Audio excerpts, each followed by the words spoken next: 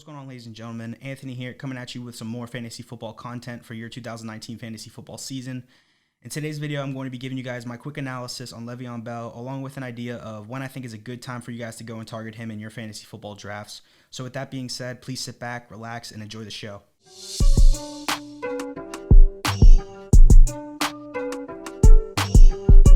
Alright, when we are talking about Le'Veon Bell as a fantasy football player, there's no doubt in my mind that he is one of the most prolific fantasy football running backs over the past few couple of years. Le'Veon Bell is the all-time leader in fantasy points per game, and he's also ranked either first, second, or third as a fantasy football running back from 2014 to 2017. So I think it's really safe to say that Le'Veon Bell has been a very productive fantasy football running back throughout the course of his career. However, I think it is fair to say that Le'Veon Bell is going to see a completely new system in New York where he's going to be the cornerstone of an offense that has a developing quarterback in Sam Darnold.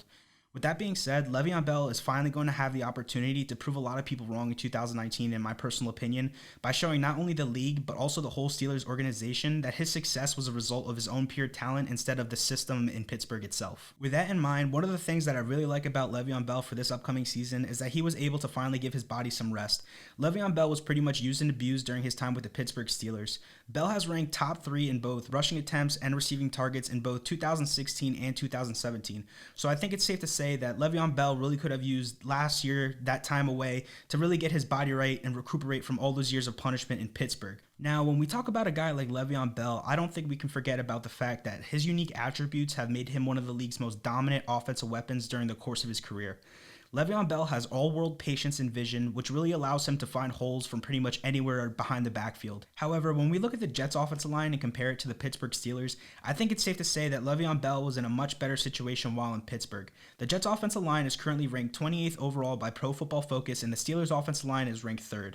Le'Veon Bell's vision and patience is definitely going to be put to the test this season, as Le'Veon Bell is not going to have that ample amount of time to really analyze the field before committing to a specific hole in the backfield. With that being said, I think it's safe to say that the Jets' poor offensive line is one factor in particular that makes me not want to draft Le'Veon Bell for this upcoming 2019 fantasy football season. Another negative aspect of drafting Le'Veon Bell for this upcoming season is that you might have to endure with some tough matchups in the beginning of the season. From weeks 1 through 7, the Jets play the Bills, the Browns, the Patriots, the Eagles, the Cowboys, the Patriots again, and then the Jags. So I think it's safe to say that Le'Veon Bell might have a slow start to 2019. However, on a more positive note, Bell's schedule kind of lightens up at the end of the season from November on. The Jets play teams like the Dolphins, the Giants, the Redskins, the Raiders, the Bengals, the Dolphins again, the Ravens, the Steelers, and the Bills. I think it's definitely safe to say that Le'Veon Bell has a favorable schedule towards the end of the season compared to the beginning of the season. Not only does Bell play a lot of weak defenses, but he also plays the AFC North, which is a division that he terrorized throughout his whole career. Not to mention, he also is going to have the opportunity to get that revenge game against the Steelers, so you figure there's going to be a lot of fantasy points available there. In my personal opinion, the biggest downside of drafting Le'Veon Bell in 2019 is that he's going to be in an offense that's going to be ran by the running back killer himself, Adam Gase. Now, Adam Gase has pretty much implemented a running back committee in almost every season as the Dolphins head coach with guys like Kenyon Drake, Kalen Ballage, and Frank Gore. With that being said, 2016 was really the only season where Gase did not implement a running back committee in his offense. In 2016, Adam Gase's offense featured running back Jay Ajayi. Now, Jay Ajayi was able to do some nice things in this offense in that particular year. For example, he rushed for over 1,200 yards, scored 8 rushing touchdowns, and had 260 total rushing attempts. Also in that season, Adam Gase's rushing offense didn't finish that bad. They finished 10th in rushing attempts and top 15 in rushing touchdowns. So when taking all of that into consideration, I think it's safe to say that Adam Gase has never really had a running back like Le'Veon Bell in his offense. You know, a running back that is capable of being a true workhorse back. The closest thing that Gase has had to a Bell-like player in Miami was Jay Ajayi, who, like I mentioned, was a player that was featured in his offense in 2016 and was really called upon a lot when proven capable of handling a heavy workload. Now, there is no doubt in my mind that a guy like Le'Veon Bell is going to have a decent-sized workload in New York, as Le'Veon Bell is way too talented of a player and signed way too big of a contract to be playing second fiddle to guys like Ty Montgomery, Elijah McGuire, and Trenton Cannon. With that being said, I do see a decrease in overall receiving production for Le'Veon Bell in this upcoming season. Now, when I look at the running back depth chart for the Jets, I see that there are a lot of players that share very similar characteristics. For example, I feel as if Ty Montgomery, Trenton Cannon, and Elijah McGuire are all, in my personal opinion, third down / receiving backs that are going to be a thorn in Le'Veon Bell's side in 2019 and overall prevent Le'Veon Bell from reaching his true fantasy football potential in this Jets offense. Now, I also think it's important to remember that Le'Veon Bell was pretty much used as a wide receiver in Pittsburgh. With that being said, I really don't think that there's any way that Le'Veon Bell is going to see that same kind of passing volume that he did in Pittsburgh with the Jets.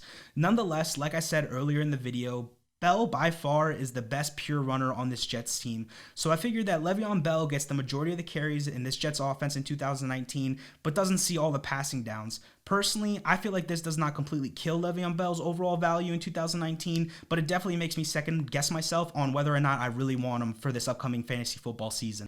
So I guess this leads me to the big question of where would I draft Le'Veon Bell in 2019? As of right now, Le'Veon Bell's current ADP is 6 overall, which is kind of in that middle first round area. With that being said, Le'Veon Bell has seen a rise in the current ADP because of the ongoing Zeke and Melvin Gordon situation, as these are two running backs that might sit out for the entire 2019 season. With that in mind, I have Le'Veon Bell ranked as my running back 8 for this upcoming 2019 football season, just because of how the running back situation is looking like. Things are looking pretty thin and dry. Right now, I personally do not agree with Le'Veon Bell's current ADP. However, I would consider taking Le'Veon Bell if I were chilling in the first round with that 11th or 12th overall pick, just because I personally would rather settle for the best available wide receiver if all the top tier running backs are gone. Guys like Ezekiel Elliott, Christian McCaffrey, Alvin Kamara, Saquon Barkley, and even David Johnson. Some of the guys that I would honestly rather try to target with that mid-first round pick would be guys like Devontae Adams, DeAndre Hopkins, Julio Jones, or even Juju Smith-Schuster if I'm feeling really lucky, just because I feel like it's just as important to secure an elite wide receiver when all those elite running backs are gone. All right, so there you guys go. That was my quick analysis on Le'Veon Bell for the 2019 fantasy football season.